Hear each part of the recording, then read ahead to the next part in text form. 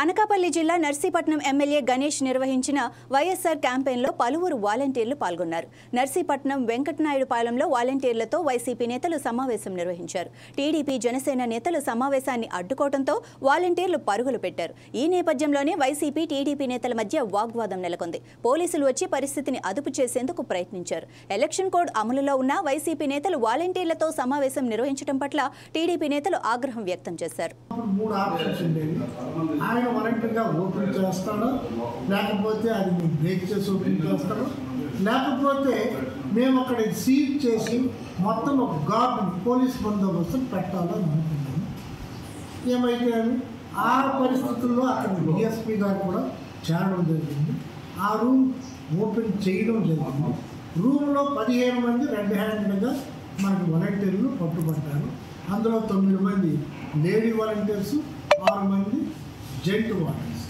So కాబట్టి మన ఎన్నికల నియమ నిబంధనల ప్రకారం 15 మంది మేల్కొండు టెర్మినేషన్ ఆర్డర్స్ మనం చేస్తాము.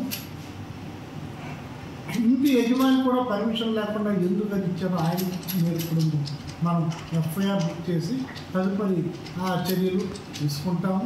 ఇదే విధంగా నేను ప్రతి నర్సీపట్నం నియోజకవర్గంలో ఉన్న వాలంటీర్స్కి అండ్ రాజకీయ నాయకులకు ఎవరైనా పర్మిషన్లు తీసుకొని మీరు ఏదైనా చేయండి.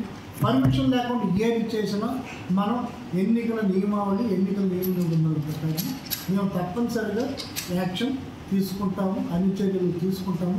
ఎప్పటికే దాదాపు ఒక 5 మంది వాలంటీర్లు మనం టెర్మినేట్ చేయడం జరిగింది. అలాగే ఒక అటెండర్ను కూడా మనం సస్పెండ్ చేయడం జరిగింది. అలాగే ఒక పూజారిని కూడా మనం టెర్మినేట్ చేయాలి.